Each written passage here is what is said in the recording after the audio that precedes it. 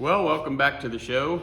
It's a Saturday. It's beautiful, cold 20-something degrees outside. Well, looks like it's this time of year again. First light snow of the year. You have to excuse my runny nose and congested sound.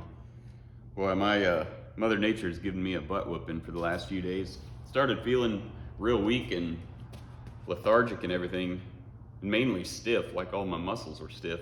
Wednesday felt real bad, and then Thursday I didn't even get out of bed. It's like I haven't missed a day of work on account of an illness in years maybe. Anyways, I was in bed all day Thursday. Kind of got back to work a little bit Friday yesterday, although I shouldn't have.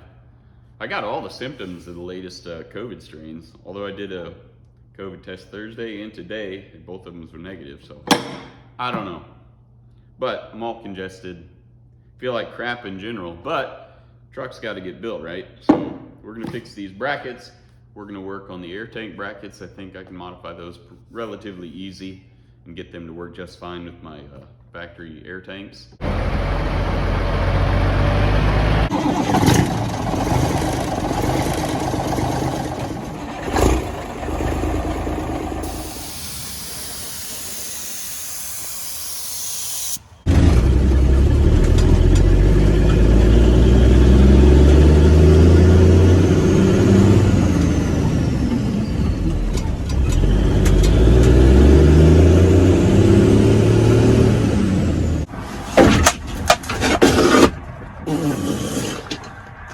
Whew, that's it.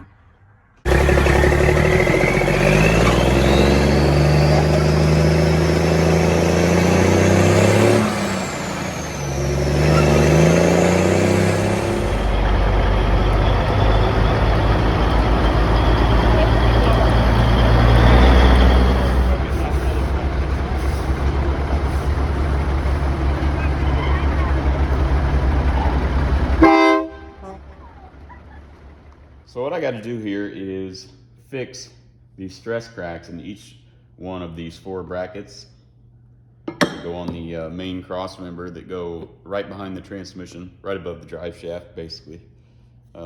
They've got cracks in different spots. I don't know if you can see it or not. That one's split across here.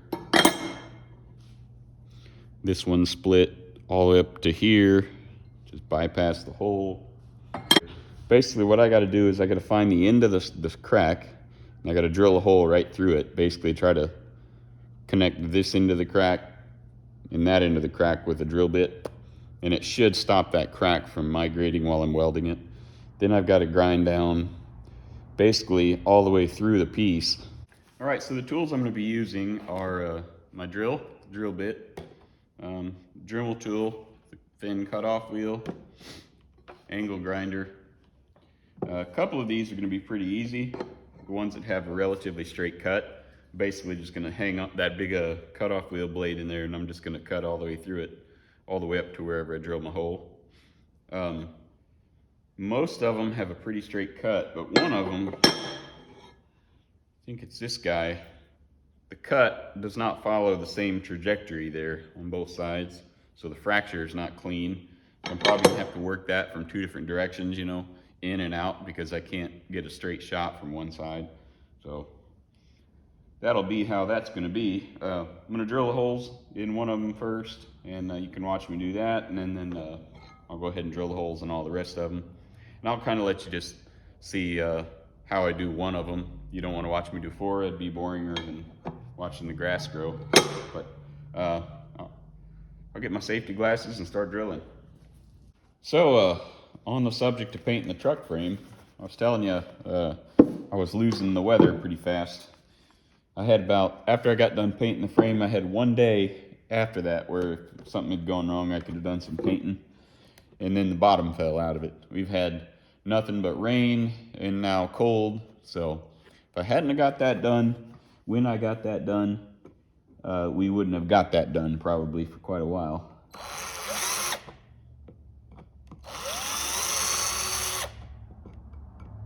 I have to get another drill bit.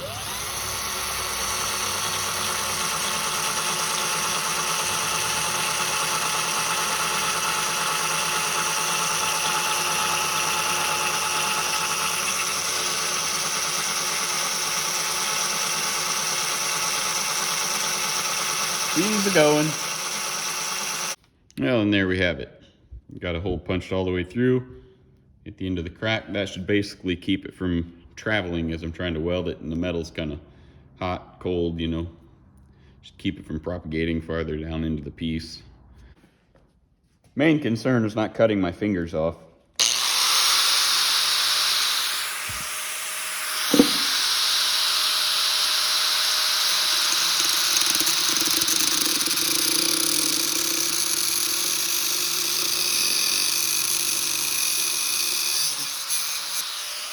That was the easy one. I'm gonna go ahead and chamfer the sides a little bit too.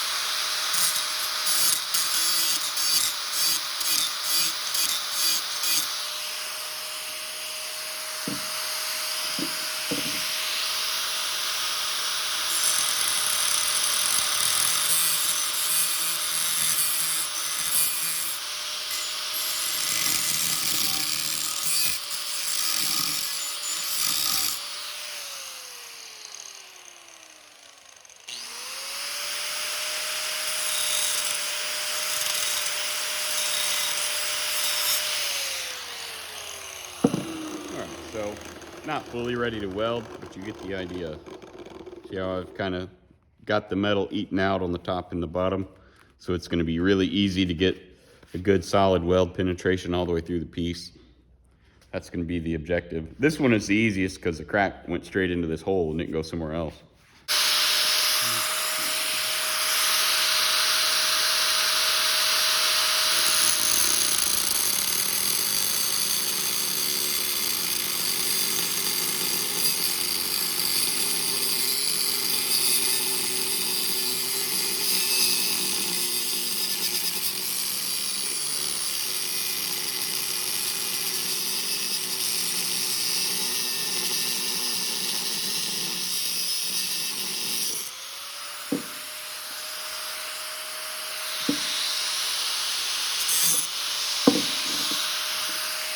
I'll tell you what, guys, I'm struggling today.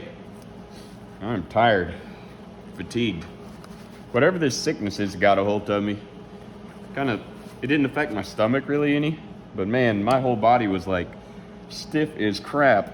You kind of see what I'm working with here. This is the one that was kind of had the crack going two different directions, so I just ground the whole thing out.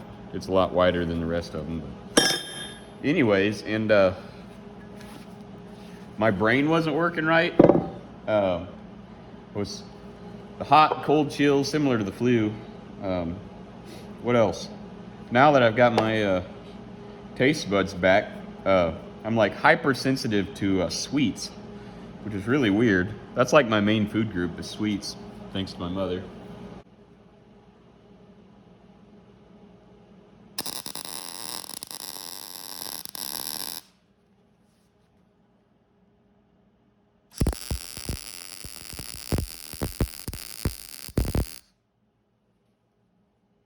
Well, till I hit the duty cycle.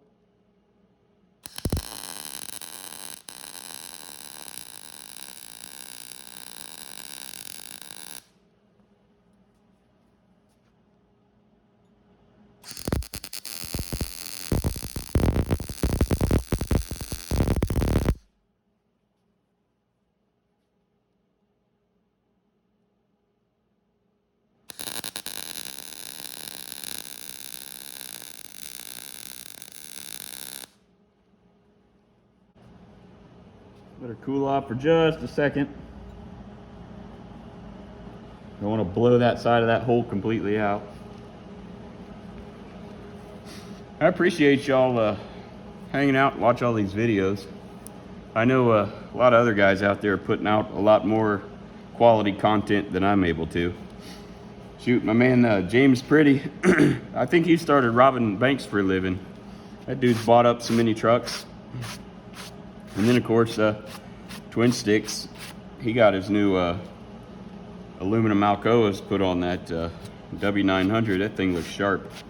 I'm doing the Alcoas on the front of mine, probably not the back, but just the front.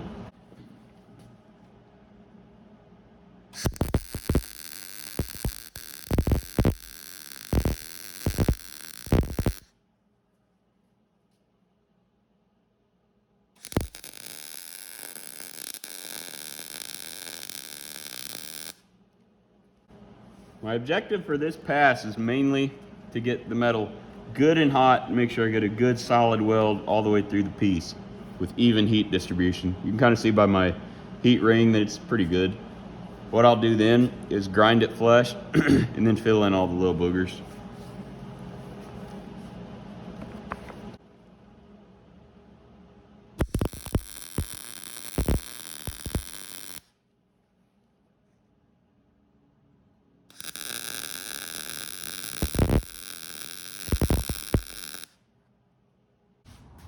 All right, fellas. Well, that was fun. Not really, but I have 4 pretty much perfect brackets. You get the idea. Now, next week, whenever I mix up some primer, I'll touch up the spots, clean up the burn marks, and those will be ready for paint. Be ready to install on the truck. Okay, now I got to do a honey-do list for the wife real quick. And we'll come back, we'll do some air tank work.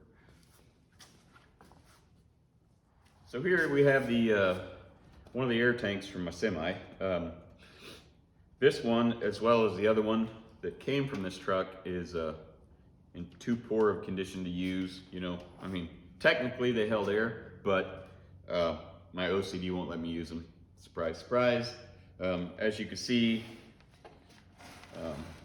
this fitting here on the end has been whacked. It's bent. I can't believe it ain't leaking because it looks like it split a weld a little. You might not be able to see it. This guy here is bent all out of shape, caved in. There's a huge dent right here. It's probably pushed in a ½ inch along in through here. But on the top of it, that's where all my air lines go into. This one goes to the cab jack. Anyways, on my parts truck, it has 2 of these that are in great condition. So that's fantastic news. I've looked at prices for new tanks, both this exact size and for those Freightliner air tank brackets, and price-wise, they're expensive. I mean, not crazy. It's like, I think around 300 bucks a piece. That's 600 bucks, you know. Well, if I can avoid spending 600 bucks, I mean, that'll buy a steer tire. You know what I mean? Now, I'd be lying to you guys if I said that I knew that this here particular issue was going to be an issue, but I made the error, or oversight, whatever you want to call it. I thought that the Freightliner air tanks were the same diameter as the International tanks. I mean, one would think, why couldn't most air tanks be, you know, a standard dimension? Anyways, kind of similar to what fuel tanks are. There's pretty small number of diameters for fuel tanks, but what I wound up with is the circumference of this tank, these International ones, is 1.5 inches larger than the Freightliner tanks. So the problem I'm dealing with is these mount like this. This is my frame rail. Well, it's not, it's magnet. But anyways, we'll just pretend. We're just gonna pretend, okay? So what happened is, with this air tank in there, I can't wrap it tight enough without going like this. Hits right on the inside edge of the frame rail. Clearly, I cannot tighten it that way. So what I gotta do is make this strap longer so that basically I can get it into its tight range right here. So I cannot do anything with it as is. There's no way. You can use a longer bolt. This would work fine if this was, you know, in a different spot, but it ain't. So what I'm gonna do is figure out a way, probably right here, probably gonna cut these 2 spot welds, separate the strap, and add a section from just stock strip steel, 1.5 inches or 1 3/4 inches or whatever, and then weld it back. This is really not going to have any load on it, so I don't see why that wouldn't work. And it's a pretty easy modification. So the first step for me here is going to be to get a real good measurement for exactly how much longer these straps need to be.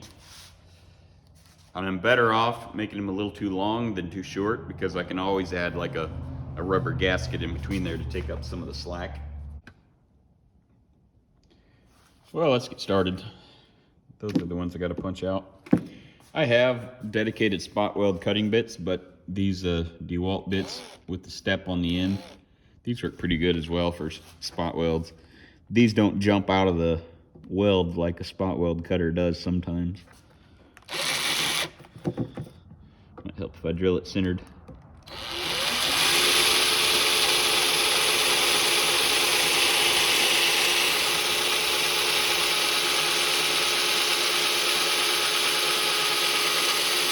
Well, I started that hole off crooked. She's centered now, though.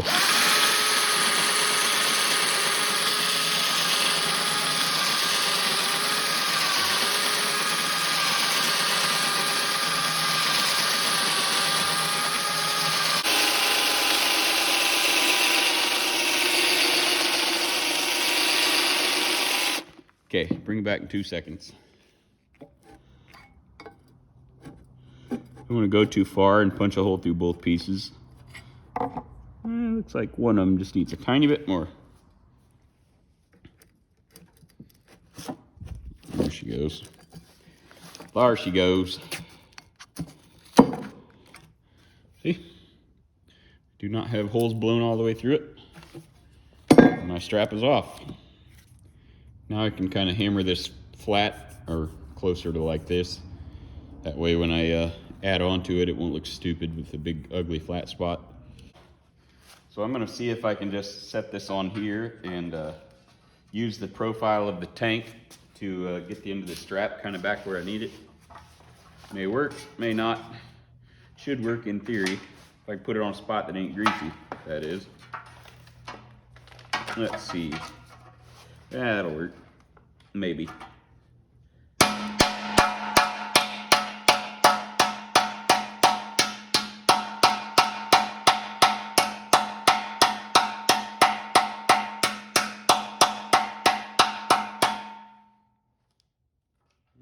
Looks pretty good.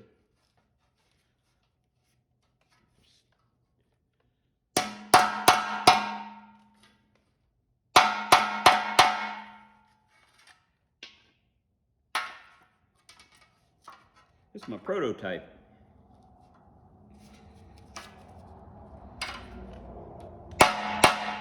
Gonna be a Pete and repeat kind of thing after this. Close enough for horseshoes and hand grenades. Okay. So,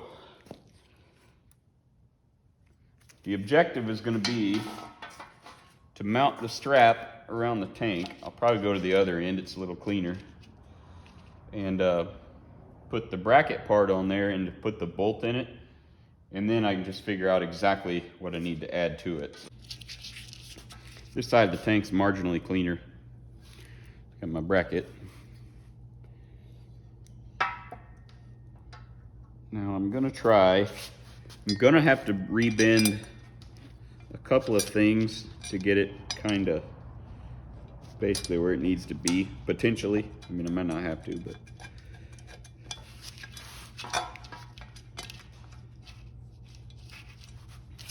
Well, an extra set of hands would be nice. Okay, so I'm gonna snug that up to where I want it. Then I'm gonna pull everything as tight as I can get it and basically add a strip.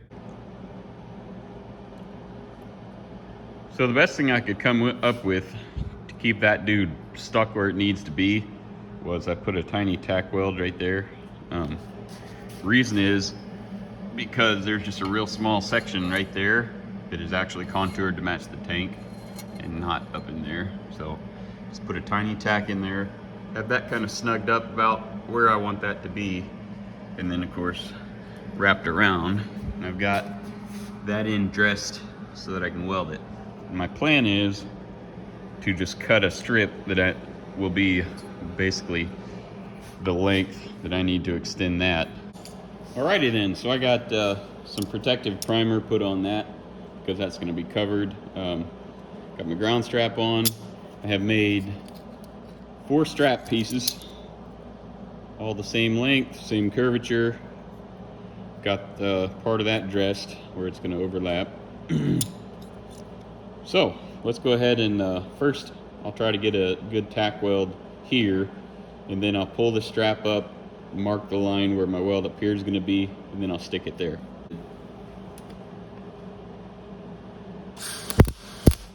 Dang it. Seems like when you need your welder to strike a perfect arc, it don't. And then when you least need it to, they do beautiful welds. I'm sure some of you guys that weld know that. It's the way she goes. Fortunately, when it didn't strike, it didn't push it out of my finger, so my alignment is still pretty good. Get a real good eyeball on it before I stick a second one on it. My welder does that sometimes. I'm not sure why. Sometimes it won't strike an arc. It's like bare metal, just push, and it'll just push. I don't know. Could be that it's 20 years old. It's just complaining about like my body is. Okay, that's pretty much perfect. I'm not going to force you all to sit through and watch me do this to the other 3. But just wanted to let you watch how I do the first one.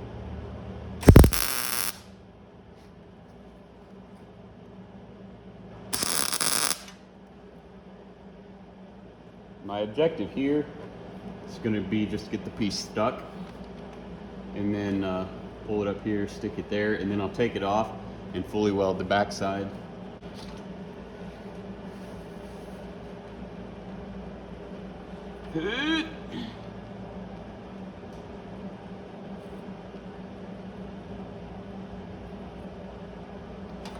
Along that line there. So I'm thinking to weld this to this, the easiest way to do that, instead of trying to fight the pressure, would be if I just pull this bolt out. Okay, so this just needs to go here and then burn it in. I like it. I am not a good one-handed welder, as y'all know.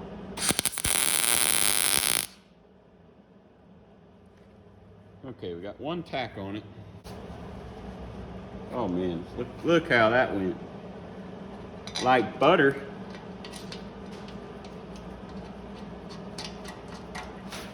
Like the butter.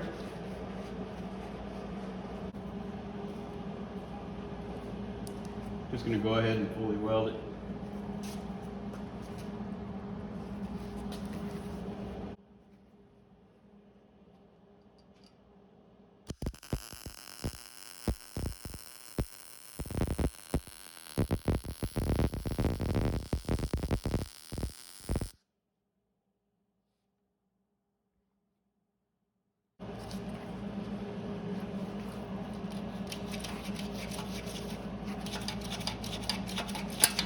All right. Now I'm going to clean those. Go ahead and just weld the top of them and flip it over when I get it off.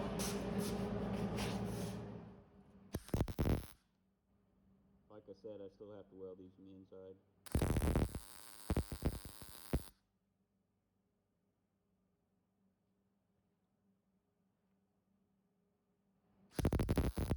Took that one a little further.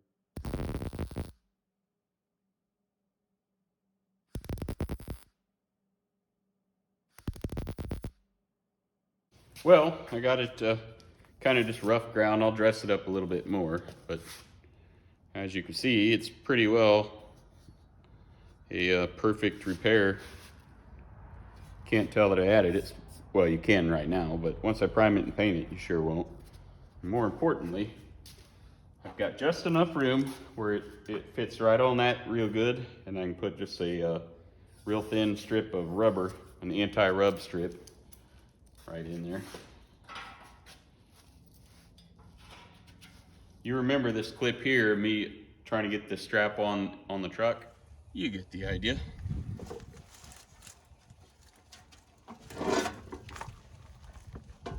Oh Lord. I'm dropping stuff. Y'all quit laughing. And it pulled it open. Well, this is how it should have gone.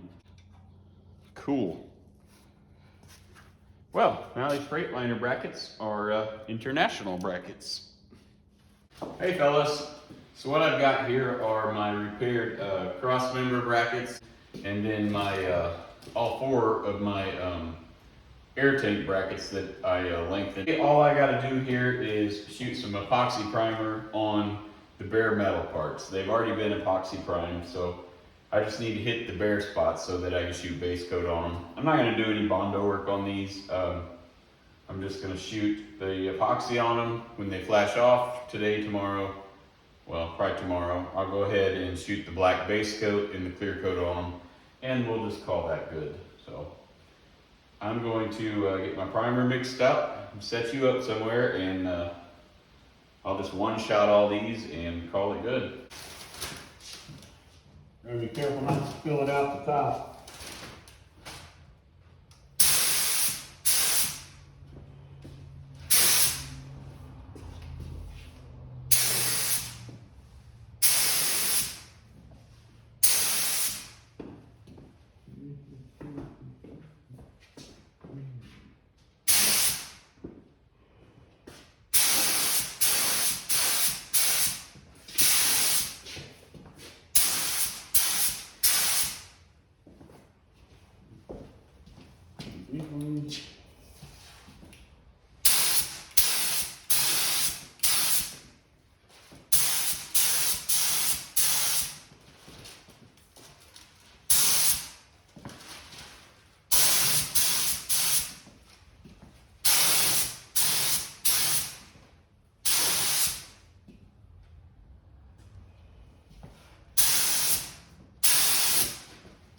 That'll be sufficient.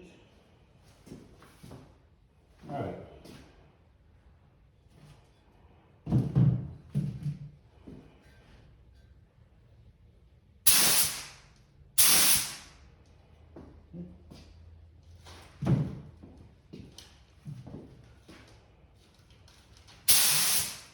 Gotta hit just the edge right there, and the inside edge here. Either that or I have to do it in 2 shots, and I don't want to do that.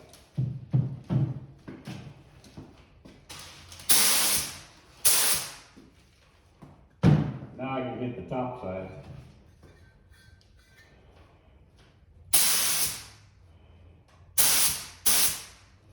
Okay.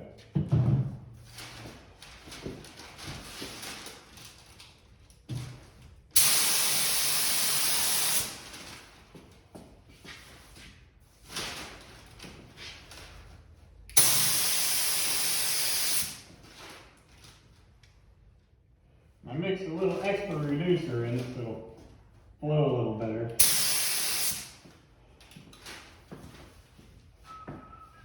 I'll go to the other side of the table to do that.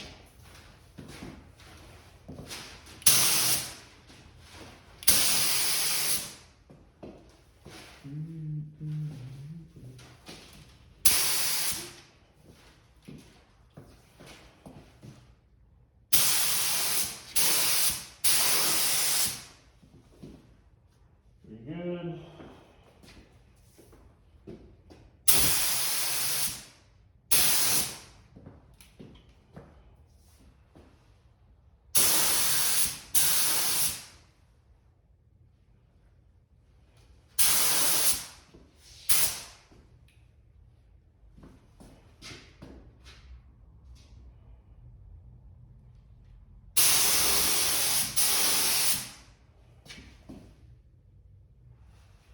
I remember you.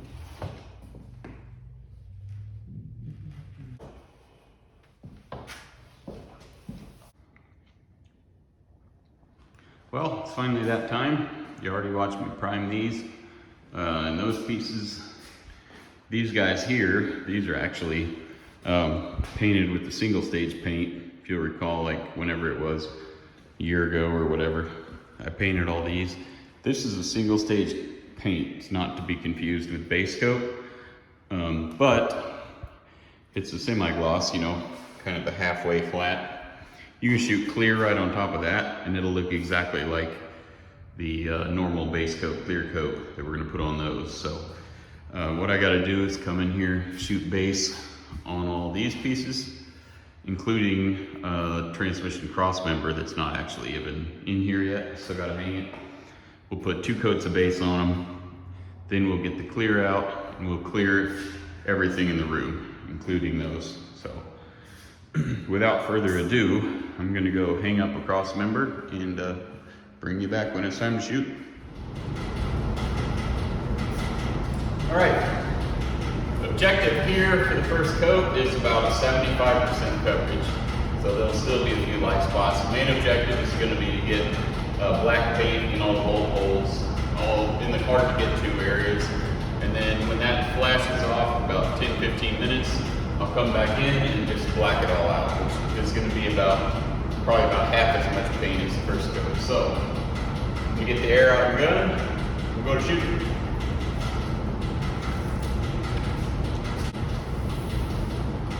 Start right here.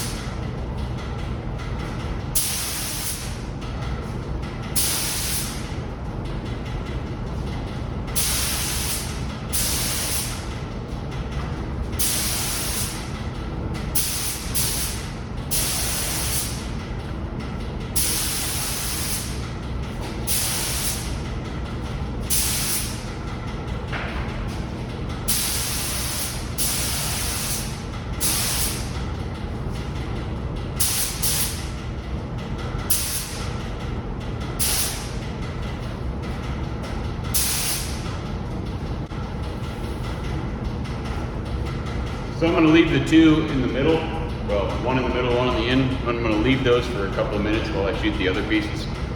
I'll bring you back when it's time to go ahead and put on the second and final coat of base, and then we'll clear everything.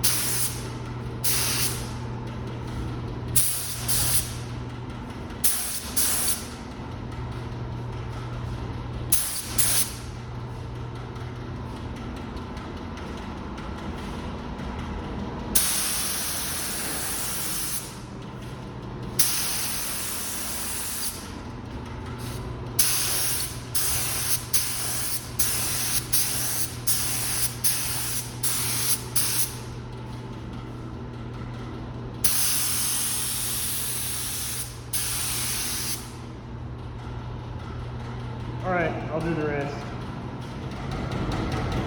Alrighty then, fellers. So here's the dealio. I can't really set you up where you can see all these little pieces getting painted. And I can't really hold it with one hand like I'm doing now and try to shoot, because one little whoop and my paint's ruined and I'm starting over at the clear coat stage.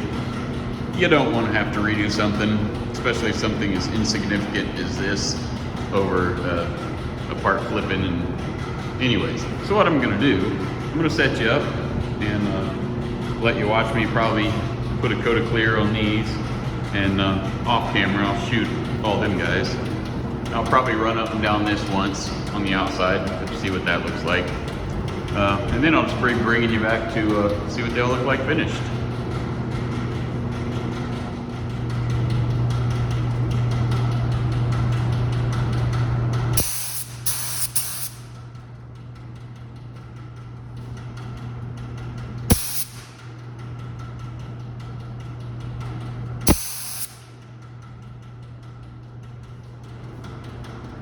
All right.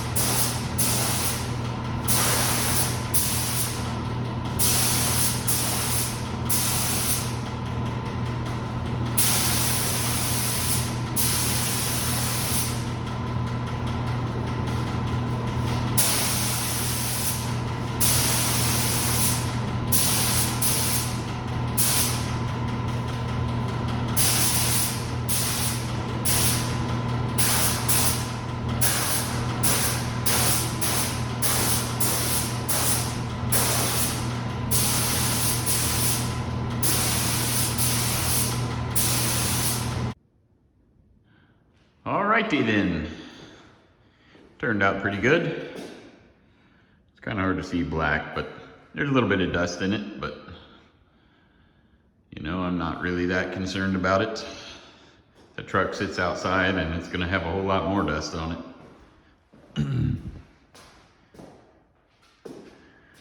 Turned out good, pretty happy with it. I did virtually no body work at all on any of this stuff. I mean, rough metal. How these things were built is how they are now. And these things were especially rough. Fairly confident that when they built these guys, they just threw them in a gigantic container with about 500 other ones and just let them bang around all over each other. Here's some rough castings, but they turned out nice. Shiny and black. Oh, a couple more here. And I put 2 pretty good heavy coats of clear on everything, so it should last out in the sun. Got some UV protection on it. Well, as you might expect, this is going to be the end of the episode. I really appreciate y'all following along and supporting and commenting and everything else. It's awfully thoughtful of you. Probably the next episode, we're going to be putting all this stuff on the truck. I got to clean up all the hardware. We're going to put probably put the shifter on top of the transmission and probably assemble the shifting gearbox itself with the shifter. Get that all mounted up. I still have to clean up, paint the U-joint shaft assembly that goes between the shifter and the transmission housing on top of the transmission, so that's in the works. I can go ahead and polish up the fuel tanks, try to make them look like a mirror, you know, and then I'll need to sandblast and paint the air tanks after I pull them off of the parts truck. Got the hiccups, sorry. Anyways, we'll catch you on the next one. Thanks for watching.